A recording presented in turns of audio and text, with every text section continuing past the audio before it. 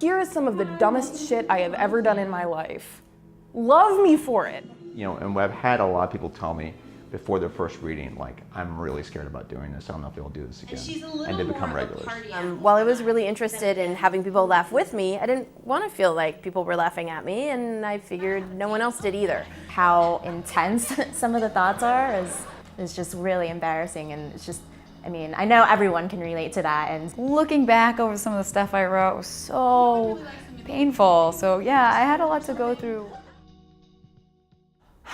Okay, the Salon of Shame it's a reading forum where people read old diary entries, old journal entries, old letters that they never sent. Songs, but it's all old and it's all awful. December 19th, a Tuesday. Well, I love everyone. Not in any order, my idols and why.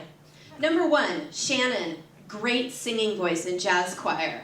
Fun, exciting, also kind of a drunken bitch. I have a friend in New York who started an event called Cringe that happens monthly in Brooklyn. And when I heard about it, I was just insanely jealous that she got to do this cool thing. My friend Phyllis Fletcher and I were contacted by Ariel about Cringe. And Ariel said, I think we should have something like this in Seattle, but I'm not sure how to go about it.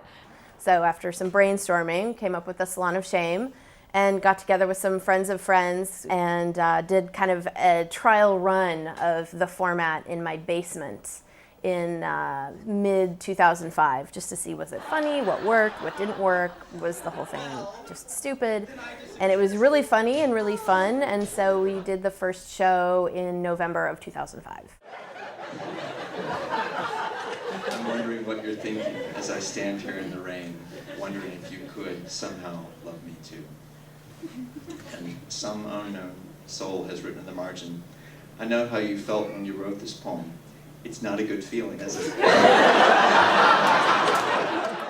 was really informal at first because it was very, very small. It was just something where just kind of, it was happening by the seat of our pants. And it was starting to become a thing. And we realized, hey, this is getting too big for the Jewel Box. We're turning away as many people as we're seating. We stayed at the Jewel Box for about a year. People started showing up earlier and earlier and earlier. It got to the point where people were showing up 2 hours before the show to try and get seats, and people who showed up an hour before the show, seats were already gone, and we started doing pre-sale tickets, and that was kind of a wreck, and that's when Ben came on to help kind of get organized with what we were doing with tickets. And then at a certain point, I think in 2007, we moved to Capitol Hill Arts Center. That's kind of where things started to gel. Roles started to form. There was something amounting to a staff. And then Capitol Hill Arts Center eventually closed. And before they closed, but just before they closed, we moved here, which upped us to 165 seats. And we went back to doing tickets, all pre-sale tickets, and they're known now for selling out in about 2 minutes. Dave had best friends over. They are wacky, and I am a drunk. And I was drunk when I met them. I hope they don't think I'm stupid. I mean, how could them? I'm fucking amazing. I'm a second-time reader. I guess it's the third time that I went to the Salon of Shame. And a lot of the reason I wanted to read was because that's the best way to get tickets. And it was more worth it for me to spend 5 minutes of humiliation in order to enjoy the other time's worth of other people's humiliation and get a guaranteed seat. yeah, and every time I do it, I wonder why I do it, to be honest. I'm like, why am I going through this just to make people laugh? But anyway, Dave Howard thinks I have a nice ass. Jeff told me, oh my God, I do have a nice ass though. I mean, laughter is a kind of validation, and it allows you to sort of separate yourself from whatever bad, yucky, terrible, awkward, miserable feelings you were going through at the time you wrote the thing that you wrote. Part of it is, it's just sort of a warm, fuzzy feeling to come, like, expose your most heinous adolescent moments and feel the wash of recognition from the audience, of them all understanding and getting it. Now, Ariel's sick fantasy, and there's an illustration here. It's very basic.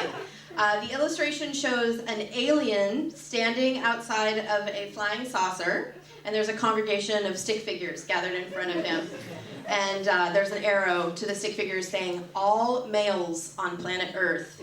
And the alien is saying, all of you except Ariel's boyfriend will be sterilized. And then there's a picture of me getting a massage from an attractive gentleman. Because I kept writing, and I won't stop writing really awful things, I will never run out of material. No one wants to read first, so I always break the ice by reading first. But yes, I would want to do it again because the tickets are so hard to get. It's good for the soul. Very brief aside, he used to tell me not to sell things to Jews, and I'm Jewish, so I would say, like, how would I recognize these Jews? And he'd say, you'd know, and I'd think, does he know? Not if we talked about sex. His fantasies about me, etc., etc. I swear, I liked his stories, and I got all embarrassed, but I loved it. I'd love to fuck him. I can't believe I wrote that.